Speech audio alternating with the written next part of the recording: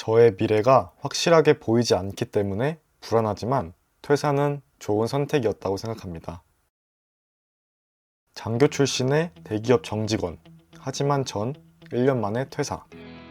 지금 퇴사하고 단 1개월 만에 많은 일들을 경험하고 있지만 저도 나와서 유튜브 해야지, 스마트 스토어 쿠팡, 쇼핑몰 운영해야지, 인스타그램 글 작성해봐야지, 이런 걸 생각하고 나온 게 아니에요. 고민하고 나오는 게 최선이겠지만 누군가는 고민할 시간도 없을 정도로 힘들고 바쁠 수도 있잖아요. 저는 그저 회사에 바치는 노력과 시간을 나에게 투자해보면 나는 얼마나 바뀔 수 있을까, 이런 생각만을 가지고 나왔고, 그래서 나와서는 일단 제가 뭘 하고 싶은지 알아보려는 시간을 가지려고 했어요.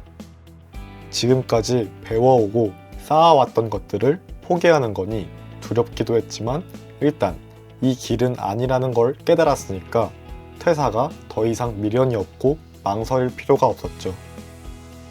그렇게 저는 결국 퇴사를 했고 진짜 이것저것 찾아보기 시작했어요. 그런데 이것저것 찾아보면서도 또 저는 저 자신을 포장하고 있더라고요. 아, 이 일은 너무 어려워 보인다. 너무 레드오션이다. 이러면서 계속 다른 일을 찾으려고 했죠. 그런데 제가 저 자신을 포장하기 시작하면 제가 저 혼자서 할 수 있는 일은 진짜 없어요. 이것저것 따지다 보니 없더라고요, 진짜. 이건 하기 싫고 저건 또 어려워 보여. 근데 내가 바로 할 수 있는 게 없네? 다 레드오션이고 시작하기엔 늦었네. 어쩌지? 다시 취업 준비해야 하나? 그럼 난 왜 퇴사했지? 이런 생각들을 하게 되더라고요. 당당하게 내 노력과 시간들을 나에게 투자해서 내가 얼마나 바뀌는지 보고 싶다고 소리치고 나왔으면서 다시 돌아갈 생각을 하는 제가 너무 한심했습니다. 그래서 저는 마인드 세팅을 다시 해보기로 했습니다. 그래서 일단 해보자. 뭐 한 단계 한 단계 깨다 보면 결국 나도 해낼 수 있겠지. 이런 마인드를 가지려고 노력하기 시작했습니다. 해보지도 않고 포기하면 그 자리에 멈추는 것이고, 해서 실패하더라도 그걸 진행하는 과정에 무언가를 배울 수도 있고, 그건 내 길이 아니라는 결과를 얻을 수도 있잖아요. 예를 들면 유튜브 크리에이터가 되려다가 포기하면 그래도 유튜브 촬영이나 영상 제작 등의 과정은 남들보다 조금이라도 더 알게 되는 것처럼요. 오히려 그 길에 자신이 모르는 적성이 있어서 성공할 수도 있고요. 그리고 퇴사를 하면 주변에서 말합니다. 부럽다, 멋있다, 좋은 선택이다. 그런데 퇴사하고 잘 돼야지 부럽고 멋진 거예요. 그렇게 되기 위해선 더 이상 회사, 직장 같은 나를 강제로 움직이는 이유가 없더라도 오히려 내가 자신을 더 강하게 몰아붙여야 해요. 그렇게 되려면 일단 첫 번째로 자신과 약속을 무조건 지켜야 해요. 사소해도 무조건 지켜야 합니다. 예를 들어 아침에 몇 시에 일어나기로 정했으면 무슨 일이 있어도 일어나야 합니다. 내일 할 일을 미리 해두면서 늦게 잤어. 더 자도 돼. 내일 이걸 할 생각에 설레서 잠설치고 밤샜어. 더 자도 돼. 자고 나서 맑은 정신으로 다시 시작하자. 이렇게 자기 합리화를 하면서 자기 포장을 시작하는 순간 성공할 확률은 떨어지게 되는 거예요. 이렇게 저 자신을 몰아붙이다 보니 제가 변하면서 제가 마음만 먹으면 할 수 있던 것들을 시작해보기 시작했어요. 어렵게만 보이던 유튜브 영상 제작도 조금만 찾아보면 쉽게 설명해주는 유튜브 영상과 채널들도 많았고, 무료로 초급자도 만들 수 있게 만들어 놓은 프로그램도 있더라고요. 퀄리티는 조금 낮을 수 있지만 그래도 못 만들 건 아니더라고요. 스마트 스토어 쿠팡, 사업자 등록, 통신 판매업 신고. 이름만 들으면 좀 거창하고 어려워 보이지만 실상 해보니 별거 아니었어요. 인스타그램에 카드 뉴스 만들어서 올리기. 카드 만들기도 막상 해보니 할만했고 적을 내용들이 술술술 생각나기 시작했어요. 그래서 저는 지금 퇴사하고 나서 단 한 달 만에 이렇게 변하고 있습니다.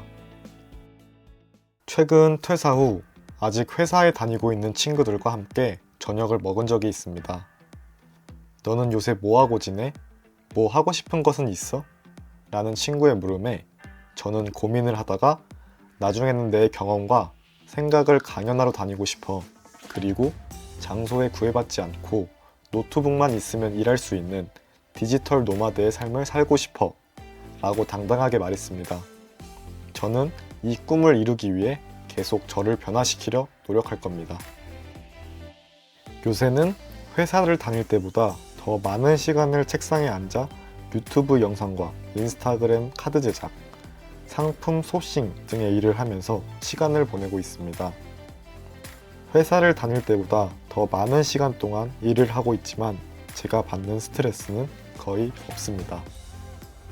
제가 좋아하고 재밌어 하는 일이니까요. 하지만 요새 걱정인 게 하나 있는데 2달이 넘어가면서 돈이라는 한계에 부딪히게 되더라고요. 하지만 디지털 노마드의 삶을 살겠다는 저의 꿈을 이루기 위해서 저의 시간을 더 쪼개서 알바나 적당한 일자리도 알아보려고 합니다. 온전히 제가 하고 싶은 일에만 집중할 수 있으면 좋겠지만 현실은 그렇게 하지 못하니까요.